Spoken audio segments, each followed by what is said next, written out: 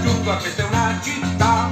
Vuoi una foresta come a Tarzan? Pensa che spavento tutto un mondo di elefanti, di leoni, coccodrilli e scimpanzé. Vabbè, non succede con me. Vatti a rivestire, ti vuoi proprio raffreddare perché vuoi